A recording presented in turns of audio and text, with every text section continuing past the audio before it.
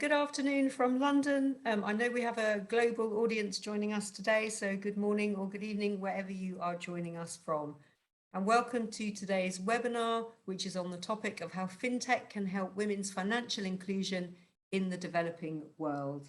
I'm Siobhan Benita. I'm a former UK civil servant, and I'm delighted to be chairing this webinar on behalf of Global Government Forum and Global Government Fintech, which supports civil servants all around the world. Now, in terms of today's topic, women in developing economies are less likely than men to have a bank account, and such financial exclusion means that women are unable to access many formal financial services, which has consequences for their lives and the communities in which they live. But political attention increasingly has been given to women's financial inclusion, fueled by things like global targets such as the UN Sustainable Development Goal on gender equality. And alongside this, we're also witnessing the growth in availability of fintech solutions made possible by developments in mobile phone availability and technology, as well as the trend towards financial digitalization that was really sped up during the pandemic period. So today we're going to be asking lots of questions like what obstacles exist to women's financial inclusion, which fintech solutions are governments already using to help or encouraging the private sector to use to help, and to what extent is there still untapped potential for fintech solutions to help further. We've got a really brilliant panel with us here today, and in a moment I'm going to introduce our three speakers. But this is also an opportunity for you, our audience, to put your questions to those speakers. So whichever device you are using today, you should see somewhere on your screen a Q&A button.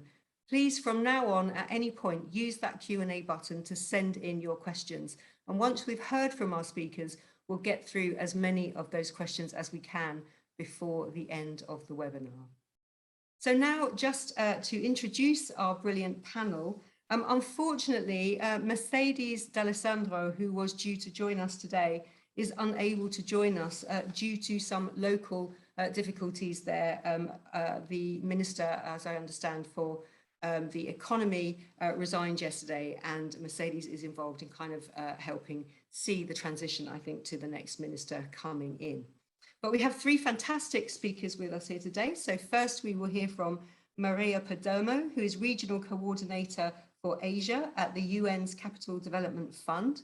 Maria brings with her 15 years of experience working with public and private sector stakeholders to bring finance to the most excluded in the least developed countries across the globe. In her previous role as the UNCDF's Youth Finance Lead, Maria brought access to financial services to close to 1 million youth, of which 60% of those were young women and girls, so unlocking almost $40 million of loans from domestic sources in sub-Saharan Africa. Then we'll hear from Ray Xu, who is an economist at the IMF's Asia Pacific Department.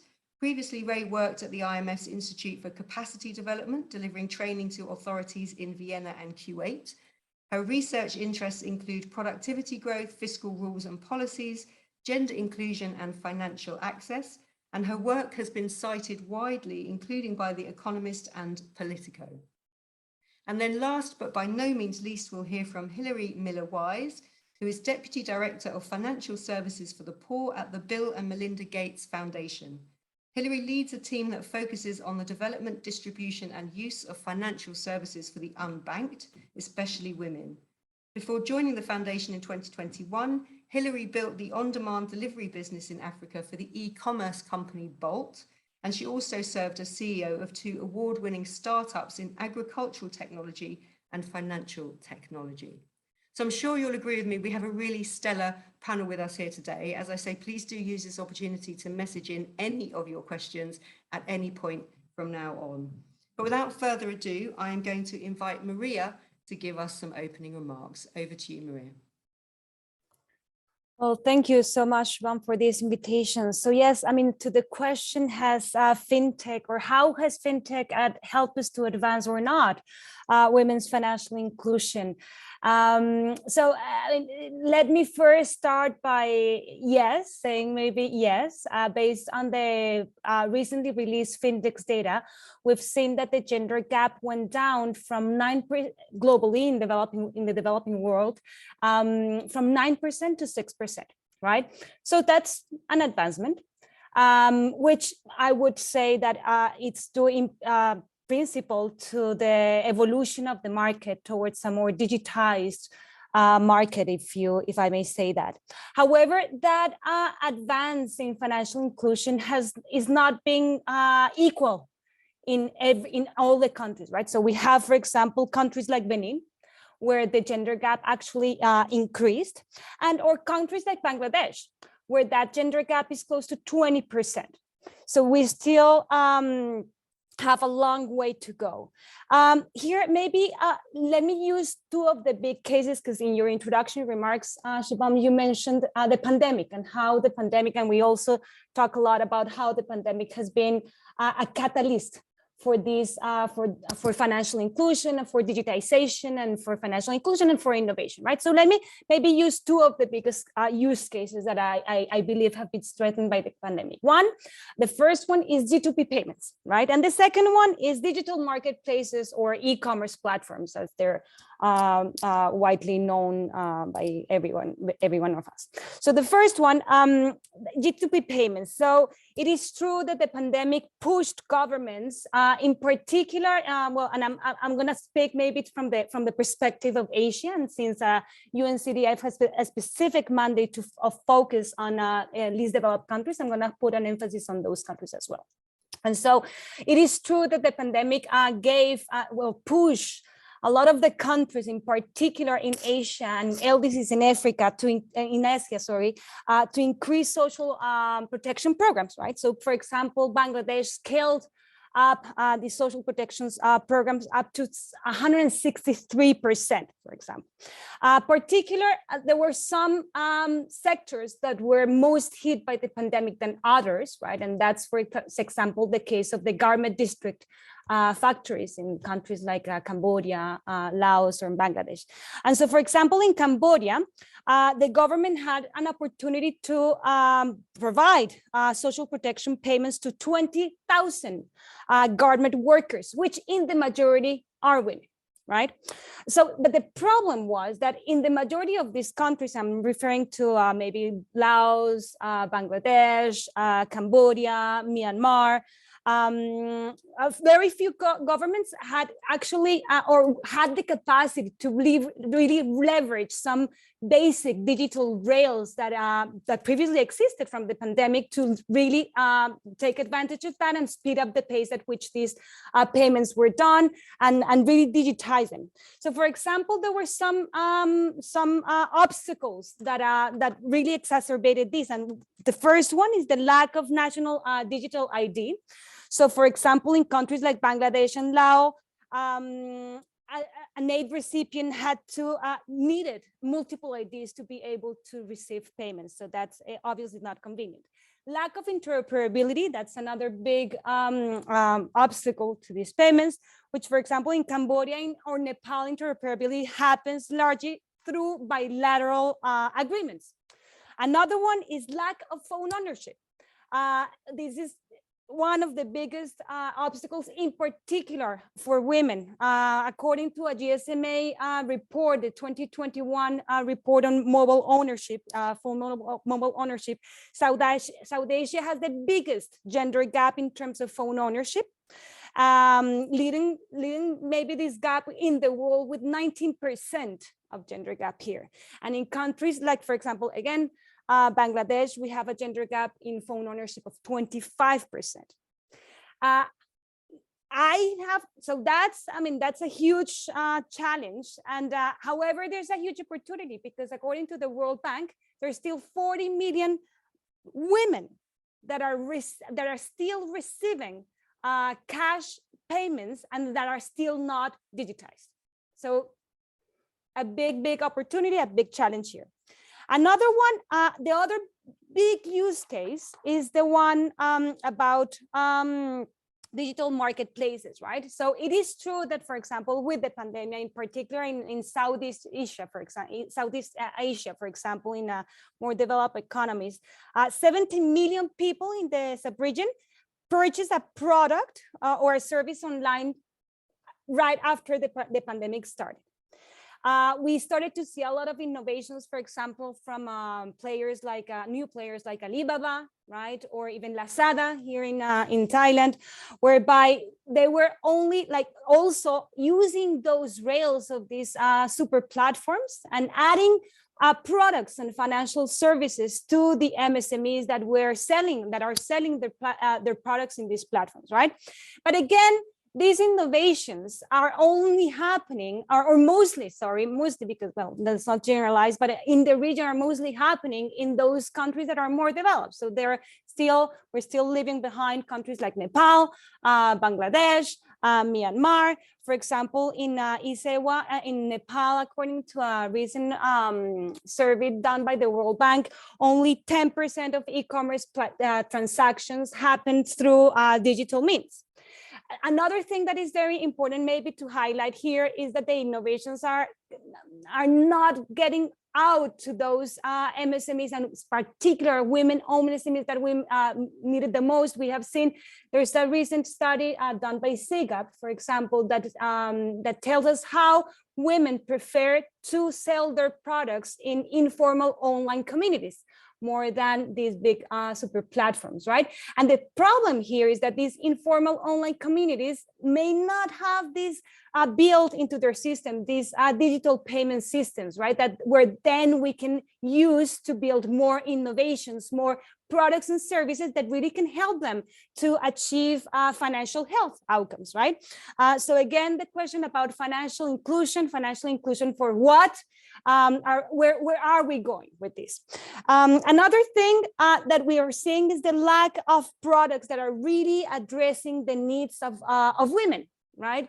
And then these also are corroborated by not only research from SIGAP, also research from UNCDF that we have done in Bangladesh, that one of the biggest obstacles from women right now is on accessing these types of digital innovations is the lack of digital and financial capabilities and the lack of skills to use them. So yes, I mean, in my opinion, fintech innovation has indeed helped us to somehow close the gap in some countries, right? But there's still a lot to do in least developed countries, and there's still a lot to do in those populations that are really left behind, and in particular women. So, for example, in order to address this kind of challenges, maybe. I mean, we as at UNCDF, we're supporting different programs that really to help us go beyond just access and really think about usage and focus on usage and really focus on usage for what to achieve these broader development outcomes. So, for example, in Nepal, we're partnering with the SDC to support two of the biggest e-commerce platforms in the country, Tulo and Sastudil. And we're also partnering with MSME associations so that we can support them in really going the last mile and learning more about how to attract women to sell their products in these platforms, to build their skills, their knowledge, their skills, their attitudes, to really take advantage of this digitization wave. And this is in particular being done in one of the poorest provinces of Nepal, in Province 1. In Bangladesh, for example, we're supporting the development of financial services that support financial health outcomes of garment district workers, for example. So not only taking advantage of the fact that the garment district may be digitizing the wages of these workers, but also building pensions on top of it, insurance products on top of it, that really support more outcomes for these women. In Cambodia, in Bangladesh, and Nepal, for example, we're using integrated approaches to build digital and financial capabilities of the clients that are that are either accessing financial services through through fintechs, or that using e-commerce platforms. In Myanmar, for example, in partnership with the Bill and Belinda Gates Foundation, we are building an interoperable payment platform where we hope that in a couple of months from now, more than 2 million women are going to be able to access digital payments in a much more convenient way that they're doing right now. And we hopefully that will help to build those rails so that more innovation can be built on top of it.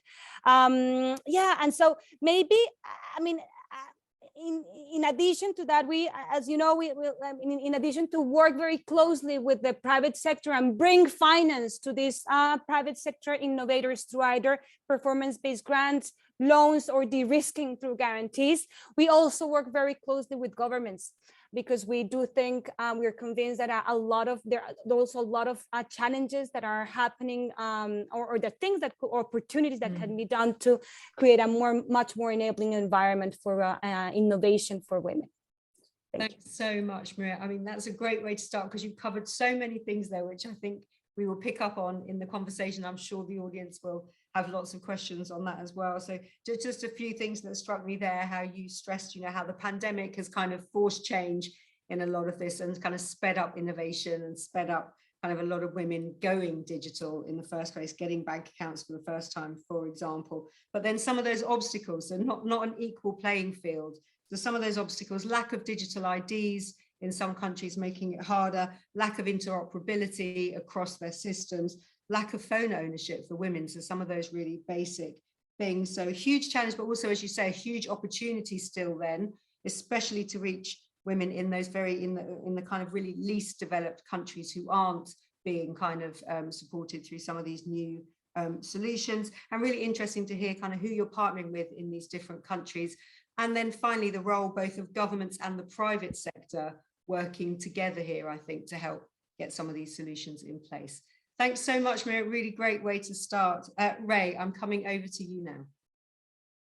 Thank you very much.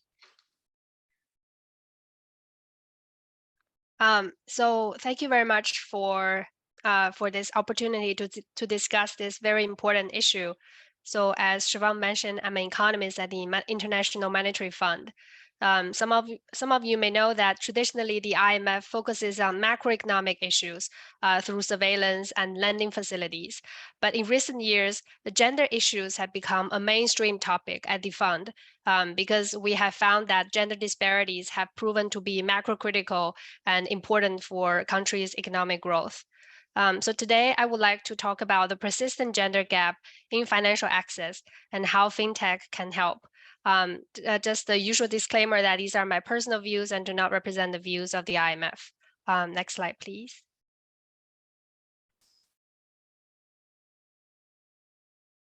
So first, I would like to highlight the gender gap in financial inclusion. So using the example of sub-Saharan Africa. This chart below is drawn using the Global FinTech Survey data in 2011 and 2014. So the data are a little bit dated because our research was focusing on the pre-pandemic period. So you can see the bar chart on the top left. It shows that financial inclusion improved by more than 50% in just 3 years in sub-Saharan Africa. And part of the remarkable progress could be attributed to fintech solutions, such as mobile money that is widely used in Africa. And then you can look at the right two pie charts, which show that both women and men improve their financial access to bank account. However, if you compare the progress was much bigger among men than among women. So this could be attributed to higher fintech usage by men than women back then. So indeed, about 13% of men have mobile money account, in contrast to 10% of the women, if you look at the left-hand side bar chart. So these kind of gender gap in financial access and also in fintech usage is actually not unique in the sub-Saharan African region. There's a recent research by our own team and also an BIS working paper. So both of the papers suggest that women have less financial access than men, And women are also less likely to use fintech solutions for various reasons. So what are the drivers of this kind of gender disparity? Next slide, please. So our research suggests there are 4 main barriers to women's financial inclusion. The first one is lack of money or regular income. So this is cited as the main reason for not having a bank account in the Global FinTech survey. The second driver could be legal discrimination against women. For example, in some countries, there are restrictions on women's right to work. In some countries, women cannot hold properties and they're not able to inherit. So these kind of legal discriminations make women less likely to own a bank account. The third driver could be that women tend to have lower levels of education and also lower levels of financial literacy compared to men. Because they have lower education, that's also related to the first point, which is income. They tend to have lower income. And the lower financial literacy also means that they would not be aware of these financial fintech solutions, and they would be more suspicious of new financial innovation. And the last area could be a lack of mobile phone ownership. I think Maria also touched upon this this trend in Asia. So this is also a more global issue, especially in countries where a lot of the fintech solutions rely on mobile phone usage. So this has also emerged as a main reason for the gender gap in the fintech usage, especially in developing countries. Next slide, please. So the good news is that some new fintech solutions have already started tackling these barriers. So here I provide some examples based on my understanding and my research. So in Kenya, we all know that they have this very widely used mobile money, and a team of researchers found that access to mobile money has reduced poverty among female-headed households. And this is because the account provided a safe place for the women to save the money. Previously, their husbands may have access to the money and they may use the money for personal items. With the mobile money, they would have a safe place, so they would tend to save the money more for investment product for the household instead of everyday consumption. In Nigeria, the Access Bank provided a micro-saving and healthcare services called Better Mama, Better Pikin, BMBP, and that's targeted for expectant mothers.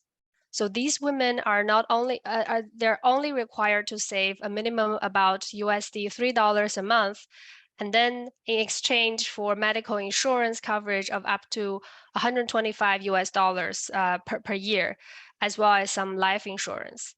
The pilot, there was a 1-month pilot of the initiative, and early results show that the initiative has helped reduce infant and maternal mortality by about 2% across the participating institutions. So the program has the program's targeting expectant mothers with fintech solutions have helped with infant mortality. Next slide, please. Some more examples here. In India, there's a fintech company called Fusion Microfinance. So this company provides small loans targeted to female entrepreneurs, and they have helped a lot of entrepreneurs in rural India by providing microfinance loans. And then in rural Africa, the CAMFED, which is Campaign for Female Education, they leverage financial force and Salesforce technology to enhance its services. So the partnership provides a management information system, which could provide information about the pupils' family situation and also their attendance records. So with this kind of fintech solution, the database could be easily scaled up to 200,000 records of the pupils, and this could help the organization to identify the girls at risk of dropping out of school. So this could also help with education, the education front for female in Africa. Next slide, please. So as Maria mentioned earlier, if we look at the recent data of financial access, the gender gap has been closing in recent years, which is really, really good news. I think it's also with the help of fintech solutions. But to further the progress, I think we need more female-oriented fintech solutions. So here are some suggestions or ideas based on our research. The first arm is the financial institutions. The financial institutions could help by improving their credit database and also promoting fintech solutions that are more tailored for women. A lot of the fintech solutions so far, they have been broad-based. And because women are more skeptical about fintech innovations, the take-up rate is lower than men. So solutions that are tailored for women would be helpful in closing the gap. The second arm is on education. So it is essential to improve female education because better education can enhance women's income. And based on research, this could improve their financial access once they have a regular income. And the third arm is mobile phone, as Maria also mentioned. So mobile phones are an important development tool, and its usage could be promoted among women, especially women in developing countries and in rural areas. And the fourth arm is about the awareness. Sometimes women are just not aware of the latest fintech solutions because maybe their family division of labor, they will focus more on family affairs. So improving the awareness and understanding is also key to promote new fintech solutions. And lastly, our research paper suggests that legal protection for women against harassment and eliminating legal discrimination could also strengthen women's bargaining power in their household, and then as a result, improve their financial inclusion. So just to summarize, hopes are high that fintech can enhance financial inclusion and close the gender gap in financial access. But so far, the progress has been mixed.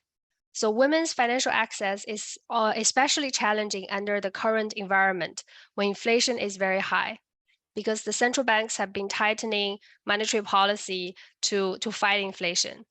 So just as high inflation tend to hurt the poor more than the rich, when credit policy get tightened, it also tend to affect women's financial access more than men's financial access.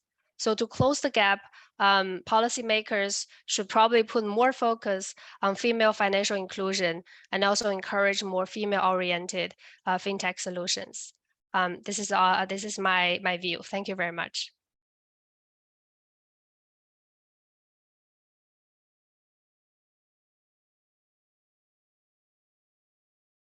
Siobhan, you're on mute.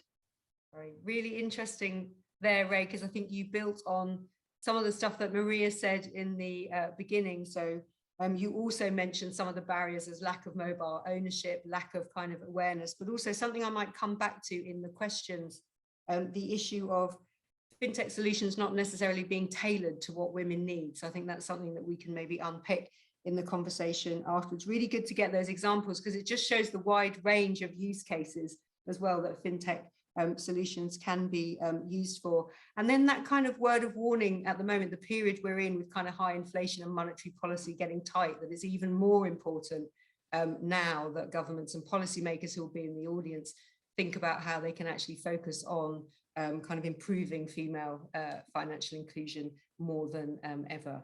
So thanks so much, Ray. Really, really interesting. And then, as I said, last but not least, we're coming over to you, Hilary. All right, I will do my best not to repeat what's been said because it's so rich, the two presentations. So thank you for that. And Siobhan, thank you so much for inviting me here. What I'd like to do is actually try to build as best as I can off what both Maria and Ray had said, and particularly around some of the Findex data, because this data has been something we've all been anxiously awaiting. And while we are pleased that the gender gap has narrowed, there's still obviously more work to be done, and sometimes in this data, the devil's in the details. So I wanted to talk about a few insights from the data, and then also try and pick up on what where Maria and Ray left off in terms of other areas, or maybe emphasize certain areas where I think as, especially as policymakers in the group, there is real opportunity to drive change and accelerate the pace of change. So as Maria said, the gap did decrease, which is fantastic. It had been stuck at around 9% for quite some time, and it declined to 6%, which is fantastic. A few things to note. Those countries that did not have a gender gap in 2017, so countries like Indonesia, South Africa, Sri Lanka, they still don't have a gap, which is great, because there was some concern that perhaps we could see backsliding in some markets, and it seems that we haven't. In the economies, the developing economies that did have a gender gap, about 9 of them saw those gender gap get worse, and 18 saw them reduce. So you can look at something like a country like Uganda, which essentially has close to no gender gap. It's closed significantly, to Cote d'Ivoire, where it's 27%. The challenge, I mean, a few challenges in looking at this variability is that it's very difficult to make any sort of normative statement around, what the main drivers are. It's so specific in many cases to the environment and to the market, which I'll touch on in a minute. What's also interesting is that while the gender gaps decreased, the gender gaps decreased in some markets despite the lack of growth in account ownership. So there are some markets like Bangladesh and Pakistan where the gender gap closed a little bit, but overall account ownership did not. Similarly, there are countries that could have seen greater growth, but kind of didn't take advantage of the opportunity. And Maria, lo siento, pero Colombia es uno. Brazil as well. Cote d'Ivoire, again, we saw, and I don't have good data on the drivers of this, but I think this is, and I would love to hear from folks in the audience who have a better sense. But a market like Cote d'Ivoire, account ownership overall grew by 10% between 2017 and 2021, but the gender gap went from 11 to 27. That is a major backslide. And so, we really need to look at specific markets to understand what's actually happening at a macro level, at a micro level, to better understand this. We can say that in certain markets or certain regions, there are some drivers that we know are critical. So certainly in many of the sub-Saharan African countries, technology and access to mobile money accounts has been absolutely vital. However, what we're seeing is that we're not seeing the kind of usage that we would expect. So there's a disconnect, and there has been historically, between the number of people, and especially women, that get access to an account, and then the usage. So as Maria rightly said, it's financial services for what, right? It's not just to get the account, it's to serve a purpose. It's to increase income or improve resilience or get access to education or healthcare, whatever it might be. And what we're seeing is that men with an account are 6 percentage points more likely than women with an account to use them. So this gender gap, it's remained virtually unchanged since 2014, the gender gap in usage. That's a major problem. And we need to be understanding, why is it that while we're seeing the gender gap in terms of access close, we're not getting an improvement proportionately in what we would expect in terms of usage? And I'll come to some recommendations or thoughts in a minute. So when we look at things like digital payments, the usage of digital payments varies widely. You have India and Sri Lanka, which really have very little gender gap at all now. However, their usage of digital payments has a gap between 17 and 18% respectively between India and Sri Lanka. So there's something happening there where people, and especially women, are getting access to accounts, but they're utilizing them at a much lower rate. If we look at some of the reasons, that people have an account or do not have an account at all. Certainly having a mobile phone, as was mentioned, was absolutely critical. 80% of men in sub-Saharan Africa have a mobile phone compared with 69% of women. So that 11% gap is absolutely something that we need to be solving for.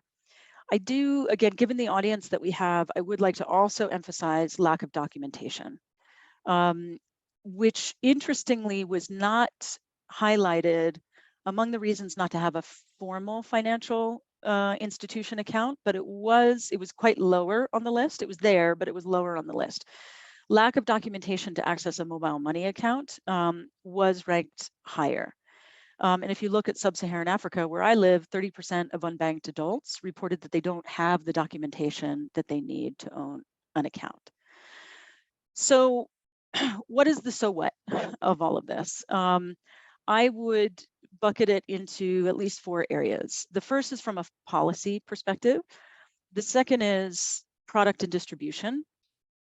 The third is around financial and digital literacy, and the last is around social norms. So just quickly, if we look at from a policy perspective, we know that the access to documentation or a valid ID is a huge barrier, especially for women. And in each market where the gender gap remains fairly high, we need to understand there's some markets where there is not a national ID, and or poor women have a disproportionately low level of access to those IDs. So that is just kind of basic hygiene to be able to get access to an account. And so that's, for me, that's a real starting point. We can then talk about things like tiered KYC and grievance and redressal to improve trust, which is especially a major issue for women. But just having the basic facility to qualify for the account, I think is the first step. If we then get to products and distribution, what we know is that the cost and the risk for the customer, right? The cost for that customer to be able to access that account, and then the risk perceived or real for them around not only using that account, but then using other financial services, right? And this is where we start to get into products like credit. Is a barrier for a lot of the customers that we're trying to reach. And if we look at something like the cost, we need to look at the total cost of ownership. I see a lot of research that looks at the interest rate. But what we need to be looking at, especially for women, is what is truly the total cost of ownership for her of having this account or of having this financial product, right? And it's not just the cash in, cash out costs or the interest rate on the loan, right? It is more expansive than that. It's the time she has to travel, the time she's not at work, how she manages her childcare, et cetera.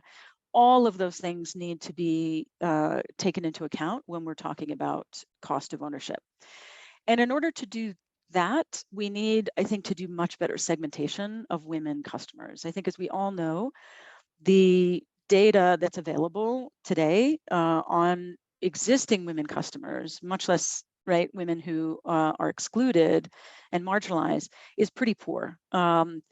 We collectively as an industry need to be working with government, we need to be working with the financial service providers to be able to generate much more better data and insights on different segmentations of potential and existing women customers to serve them better. It's sort of a no-brainer if you're thinking about a developed market and the private sector. But I think because for so long, outside of things like self-help groups, in the early days of microfinance, women were viewed not really as a viable customer, and so there wasn't a need or a desire to then to gather that data that you would normally for product development. So I would really emphasize data. The last things I would say around literacy and social norms, all of us understand the importance of those things. extremely complex.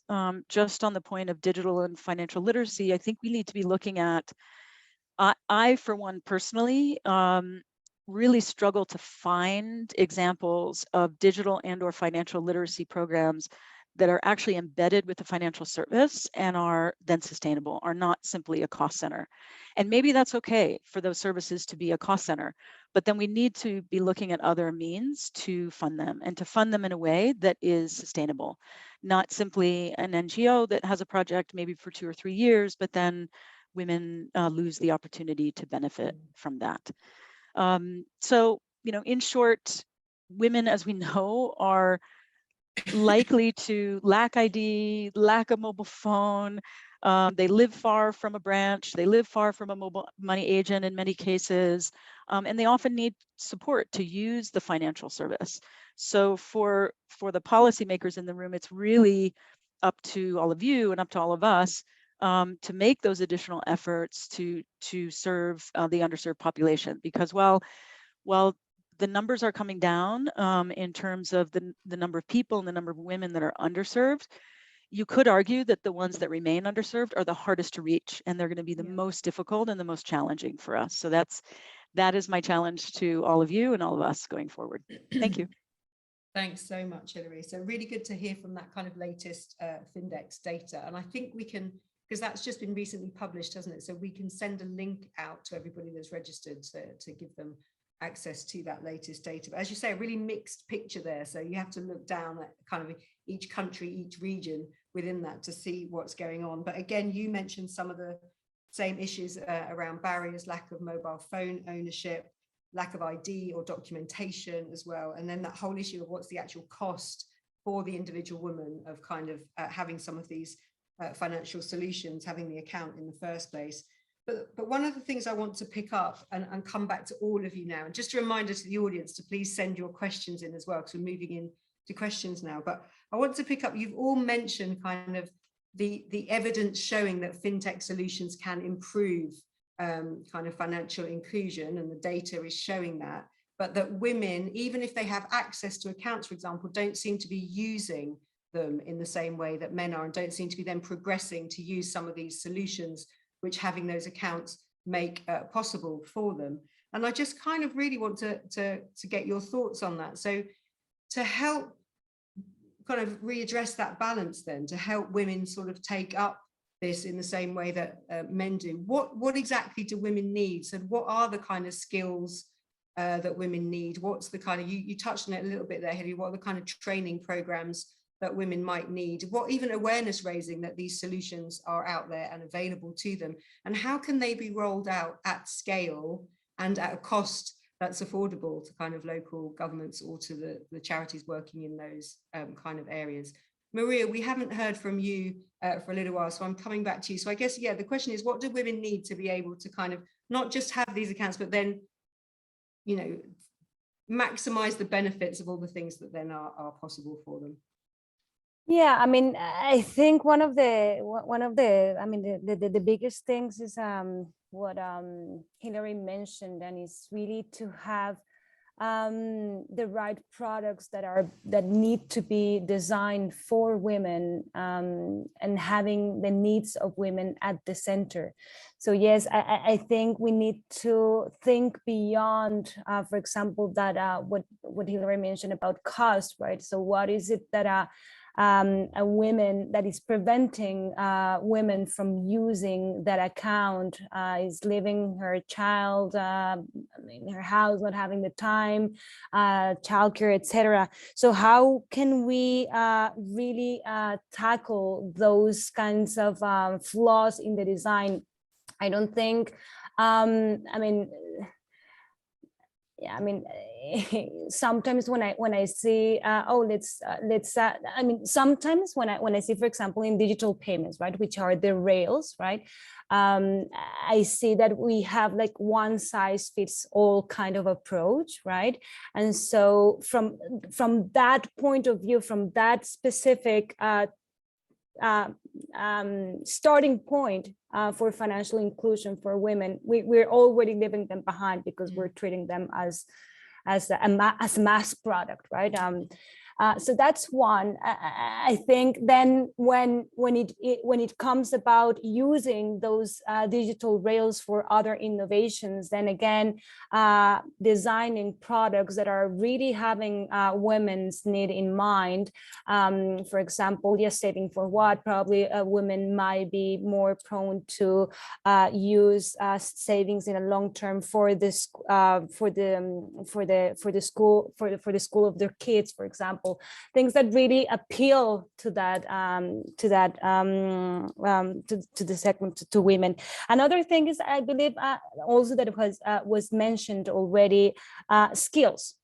Right, and having the right knowledge, skills, and attitudes to use those products, and I think that the more, well, if the product is one that is meeting your needs, right, chances are that and if, for example, and if the education is paired with that product at a specific time where the person has the opportunity to use that product, right, then I think the chances for greater impact are bigger, right?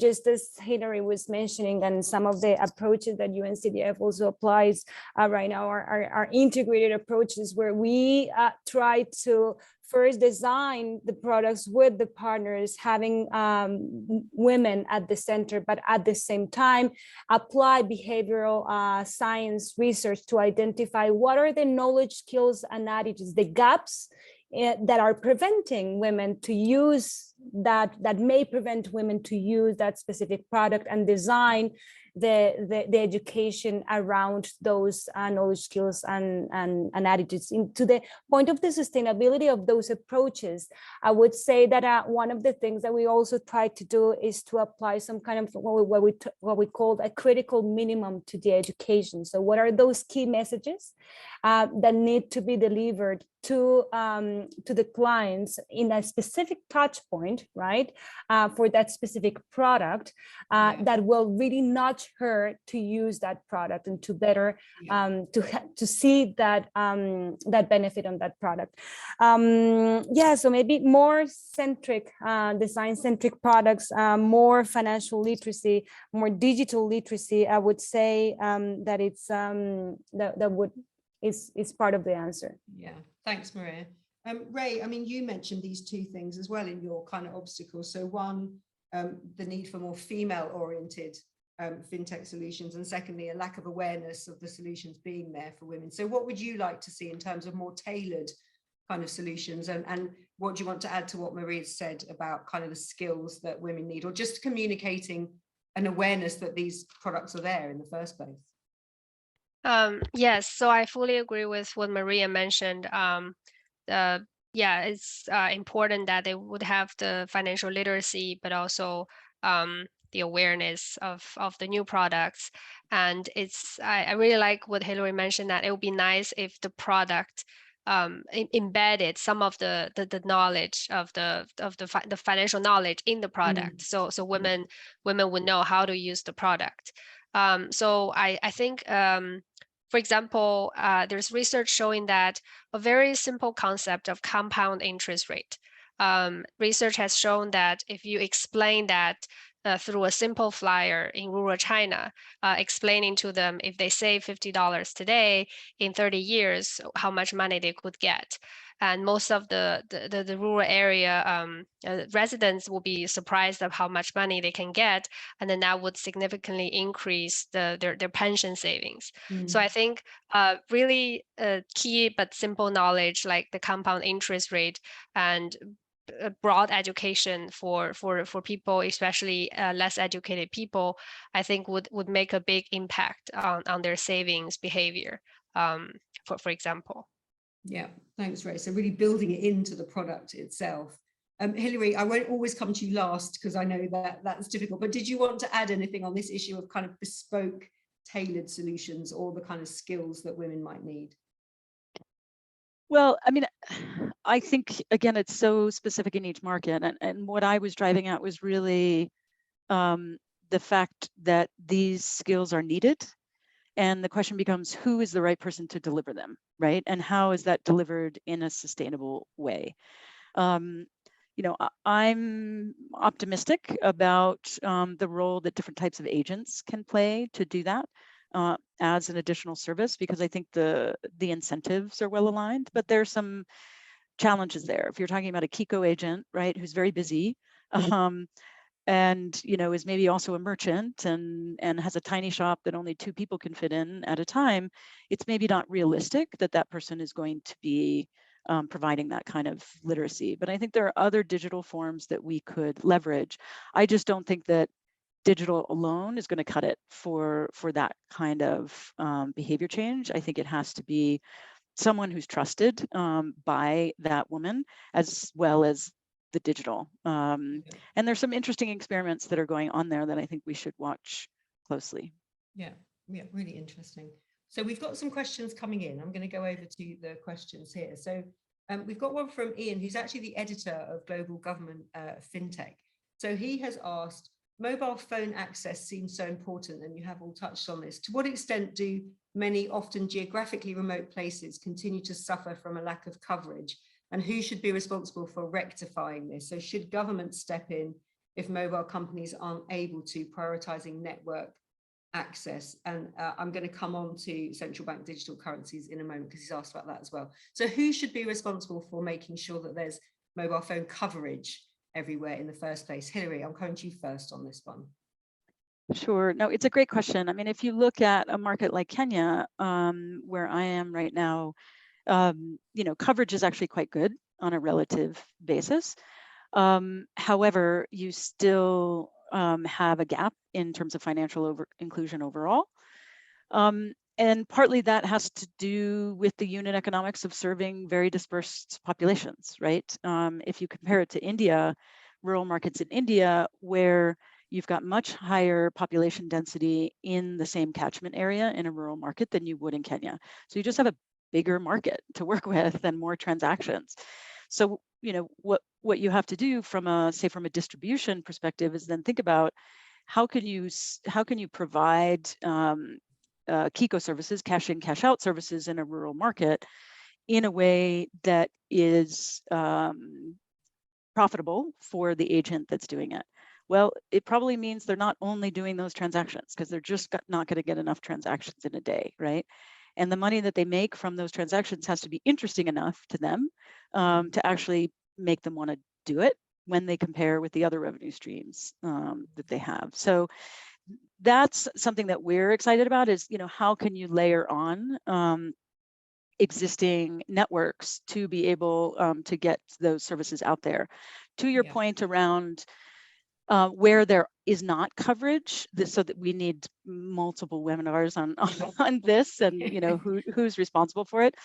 There are some interesting experiments with private networks that are going on. There's one interesting one again here in Kenya. I think that's tricky. Already, as a lot of people know, the cost of voice and data in many African countries is extremely high. And unfortunately, it's not coming down at the rate that we would all like. And, even the cost of transactions, mobile money transactions, in a country like Tanzania, which is fully interoperable, is not coming down to the degree that we all like. And there are a number of reasons for that. But I do think, and if there are any MNOs on the call, forgive me, but I do think that these services are becoming more of a utility, and that some of the payment services are going to have to go as close to zero or to zero. Right. And so, the companies will have to figure out other ways to make money and expand the network at the same time. Yeah, thanks, Hilary.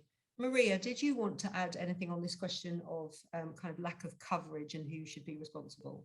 Yeah, I mean, if you analyze, for example, right now the data from GSMA in terms of coverage, right now, I would say like 95% of the developing world has 2G or 3G, right? 4G, yes, it may not enough, maybe not enough, but there's something there that there's some mass that we can build into, right? So I do think that there's a a storm here in Bangkok. But I do think that there are. I mean, the issue may be then in terms of connectivity, more about maybe phone ownership, maybe access of agents to the last mile, just as Hilary pointed out. How do I incentivize? How do we prove there's a business case, right? For MNOs to go to the last mile, to build that digital ecosystem that is functional, so that people can really use those services. And how do we de-risk? I think to the question, whose role is this? Is it the government? Is it the private sector? I mean, more and more, I think there's more opportunities for. I mean, for it's a share. I mean. Yeah, I mean, if the government could find ways to incentivize MNOs to go to the last mile, great. I think there are also, I mean, development partners, as for example, UNCDF, we sometimes, and there's a case in Uganda where we sort of like de-risk through a guarantee, building a tower near to a refugee camp in Uganda, for example. These kinds of things that may de-risk the investment of an MNO to go to the last mile, right? So those are things that could be done, and I think, yeah, I mean, depending obviously on the market, maybe, I mean, should be a shared responsibility, I guess. But I mean, yeah, private sector, public. Yeah, thanks. Ray, I will move on, but did you want to add anything on that question? I've heard from what to add on the coverage issue. No, I agree with what has been said. Sure. Then I'm going to come to you for the next question, Ray, and this comes from Anna. And Anna has asked, I think this is a kind of issue of trust again, which we've kind of touched on, but what can be done in case there's a pushback from women in developing countries to use online systems? How do we present the value of digital innovation to those who don't feel the need in online tools for financial inclusion? So I think this is that very hard to reach. I think that kind of final group of women who maybe, how do you persuade them that this is a good thing for them to do? Ray, any thoughts on this? Yes, indeed, it's a very, very good question. As I mentioned, there's the BIS paper mentioned that important barrier for using fintech solutions for women is the concern of privacy. So compared to men, women are more concerned about their data privacy when using the fintech solutions. Yeah. So I think to sort of tackle this problem, one thing is definitely to improve data privacy and to regulate fintech firms in terms of how they share the users' data. So once the regulation is in place, I think the users will be more comfortable using the platform. And then the other idea is to sort of improve awareness of the value of the product, because a lot of the times, even for myself, I sometimes don't understand, say for example, why people use Robinhood to trade, right? But then after doing some research and talking to some other users, I realized that actually the benefit is that the cost of transactions are much lower if you use such services compared to traditional brokerage services. So I think a lot of times women are not aware of the value of the financial product. And so I think that the companies or government agencies that promote those fintech solutions should make sure that all the users understand the value of the product and assume they don't have a lot of prior knowledge. So really explain from the most basics to make sure that all the users understand the value and also eliminate their concerns for privacy. I think those will be areas that could help.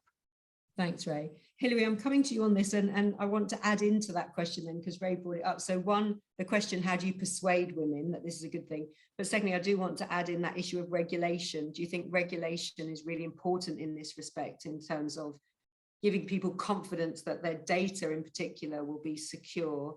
And isn't that's quite a tough task for governments, isn't it, to get the balance right between facilitating innovation, but also making sure that consumers are protected? Yeah, I mean, so from the regulation perspective, I'll take it from 2 points of view. One is what can the regulator do to actually drive financial inclusion? And there the sort of leading example in a way is India, in terms of different policies in place to drive access to accounts, creation of accounts, access to accounts, through programs like PMJDY, for those who are familiar with it. However, you still have, India has the highest dormancy rate of all the countries in Findex. And so we have to ask the question, well, why aren't people using it, right? And there could be a myriad of reasons. Ray mentioned, things like trust. I think that's very fair, but I think there are many, many different reasons why women might not be inclined to use it. I don't think you can, on the data side, I would say it's more about education. In Kenya, you have a proliferation of digital lenders, where everybody just signs the terms and conditions, nobody ever reads it, right? But suddenly you've got all these people who didn't understand what the implications were for things like scraping your contact information and contacting your friends and family when you're in default, things like that. So yes, there absolutely is a critical role for regulators in terms of data protection. But when it comes to the actual female customer, I think a lot has to go into then educating the customer. Thanks, Hilary. Maria, did you want to add anything on this issue of persuading women of the value and also the importance of regulation? Yeah, I mean, I do think, yeah, I mean, somehow when we say persuading, it is like we need to convince them. Okay, yes, but we also need to take into consideration that maybe the product is just not being designed having her needs in mind, and maybe that's why she's not using it. So she's not getting convinced just because it's the wrong product for her, right? And so why don't we just make an effort and adapt or design the product for her needs, and or design with having her in mind, right? So for example, it's very interesting, for example, what we're saying with these informal online communities. Why is it that women prefer them to and how can we use them, right? How can we better equip them so that more digital solutions can build, or can we equip them with the digital solutions and then build innovations on those rails to advance the financial inclusion, giving them access to loans, using that data for collateral, etc. So I think that's something that needs to be at the center also of the debate. And then in terms of regulation, of course, I mean, consumer protection, I do think it's part of the equation. I think people do need to know about what of financial institutions, and they also need to know about maybe also some of their responsibilities. I see in some markets in Africa where I used to work, where, and in particular in Kenya, but where they're using these kinds of digital payments for gambling, for example, and by young people, for example. So how can we also protect them? Or make sure that that the digital credit also is not so easy that it just you get into a spiral of debt, and those of course are in more kind of sophisticated markets than others, but I do think that the regulator has a role to play there as well. Thanks. I can't believe how fast the time has gone. So we've only got about 10 minutes left, and we've got 3 great questions to get through. So we might have to keep the answers slightly briefer. What I'm going to do, I'm going to ask you 2 questions first. You can answer one or both of those, and then I'll ask the final question. But so these 2 questions have come in from Fanta and from Emma.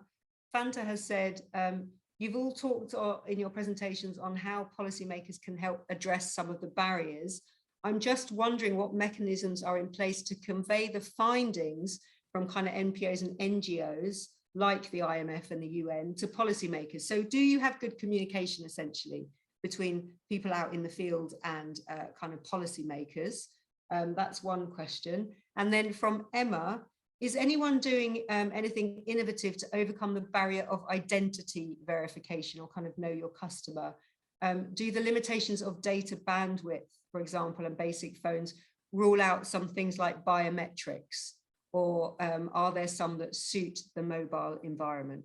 So one issue on that communication between policymakers and people like yourselves, is that good enough?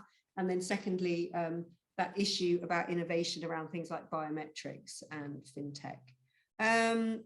Ray, I'll come to you first. You can answer one or both of those questions. Sure, these are really good questions. So on the communication, maybe I can briefly talk about how the IMF communicate. So as I mentioned, gender issues have become mainstream at the fund, and we have, I think, maybe three venues that we communicate. One is we publish all the working papers on our website. So, and there's a specific page for gender issues. So if you Google gender issues in the IMF, you can find all the working papers on this topic. And the second thing is in all our country surveillance, which we do every year with each of the 189 member countries. Most of the countries we have a gender section. So we will talk about progress in gender equality in that country and the recommendations to improve gender equality. So fintech would be part of it.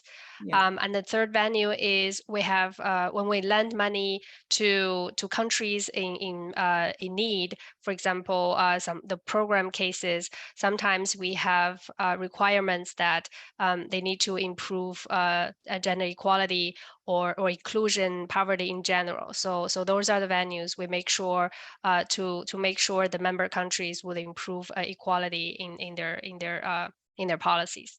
Yeah, thanks, Ray. Maria, come to you on one or both of those.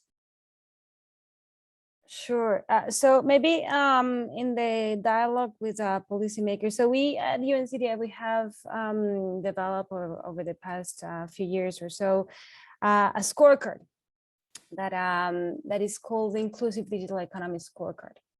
And so this scorecard has or help us to measure the evolution of the digital economy using 4 different pillars. One is policy, another one is digital payment systems or infrastructure, another one is innovation, and the last one is on skills. So basically the very like foundationals of that digital economy, yeah. Right? And so we conduct IDIS on an annual basis, and more than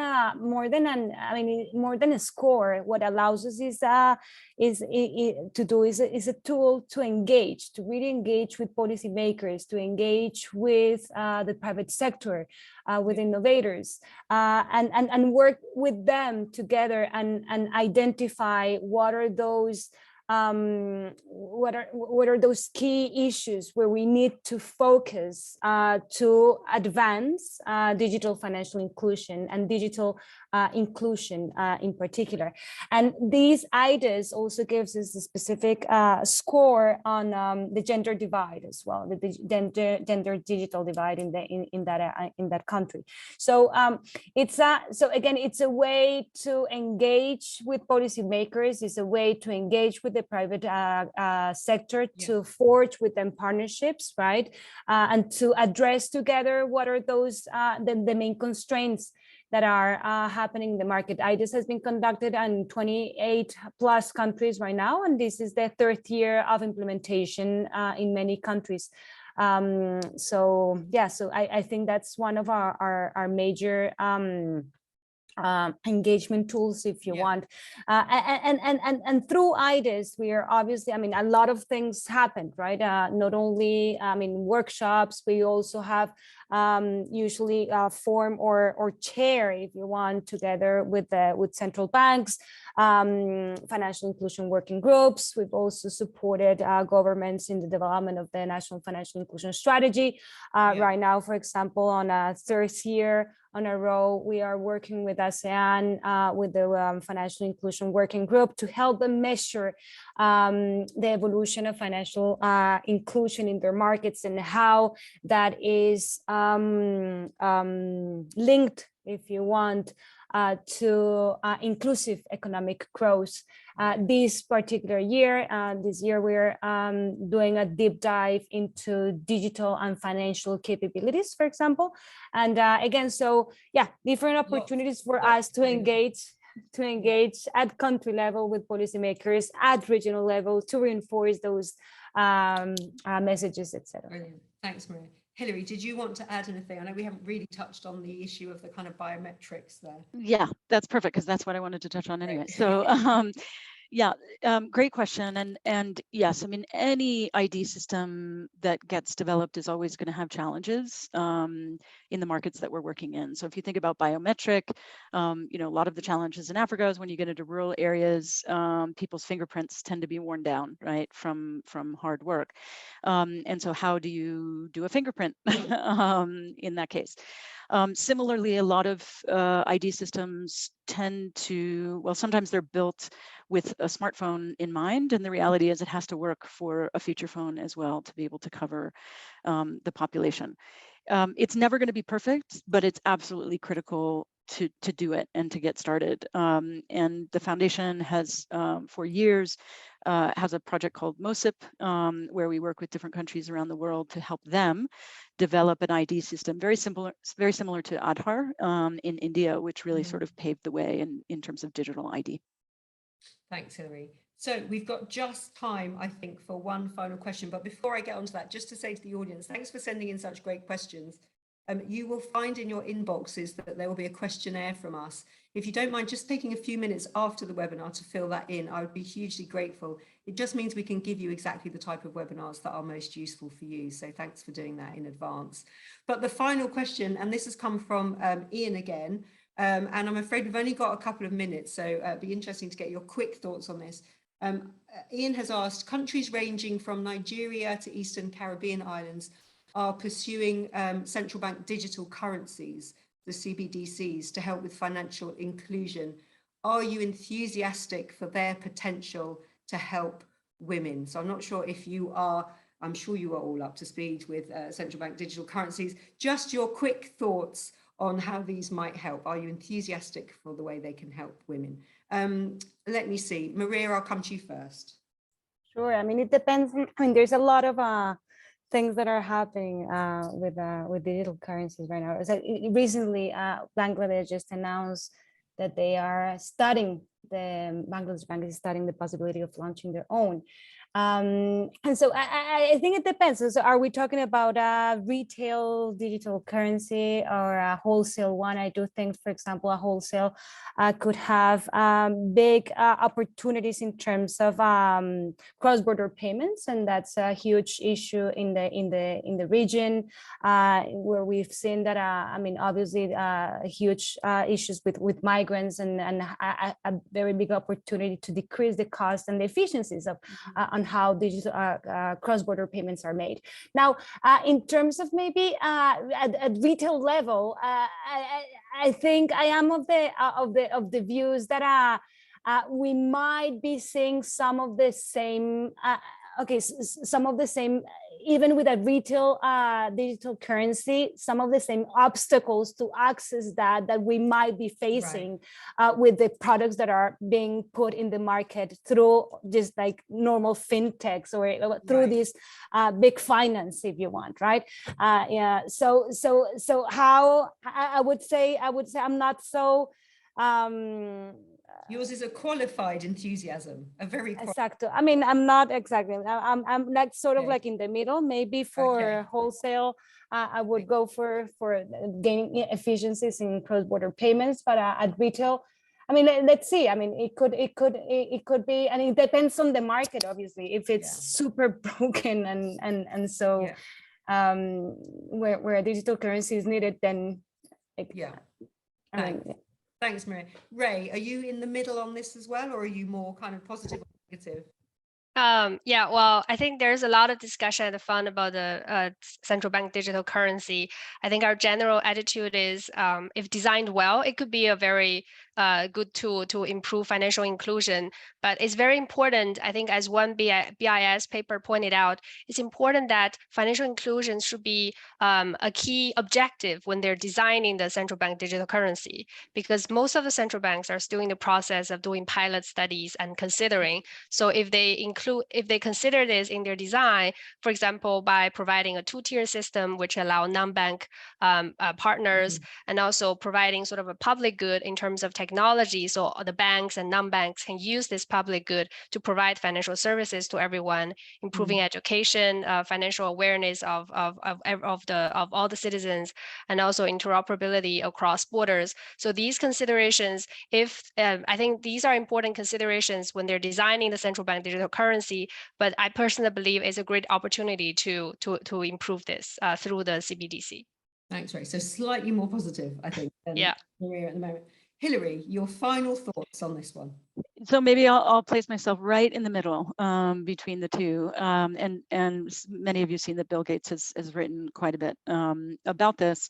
And I'm very glad that the question actually focused on CBDC rather than crypto. Personally, I'm very skeptical about the role that crypto can play right now as it's conceived for a very risky asset and exposing the poor to such an asset. CBDC is a different case. I think the questions, and I agree with Maria, I think the use case in my mind is more logical for a wholesale play than a retail play, and things like cross-border payments. The question will remain whether it's really going to address the major challenges that we have in being able to serve the poor with financial services, which are cost, risk, right? In the case of credit, the risk of default, a whole set of risks. Certainly crypto is not in a position to do that. CBDCs might, and so we're taking a wait and see approach. Thanks. Yeah, and I think there's a lot of confusion and misinformation about kind of the two different ones. Well, thank you so much. I'm afraid our time is up. So that just leaves me to say, I hope everybody listening has found that useful. We've got some information about one of our future webinars. We've got another webinar coming up on Thursday. If any civil servants in the audience would be interested in that, that's all about kind of getting public sector leaders and frontline staff to be working together. But there's lots more information about all of our other webinars on our website as well. But just to say thank you so much to our fantastic panelists here today for giving us all their time and their expertise. Thank you to Ray, to Hilary, and to Maria. We will be sending a link of this conversation to everybody who registered, so you can watch it again or share it with your colleagues. And we will also be doing a write-up, an article with the key points that were raised today. So that will go out to everybody in a week or so's time as well.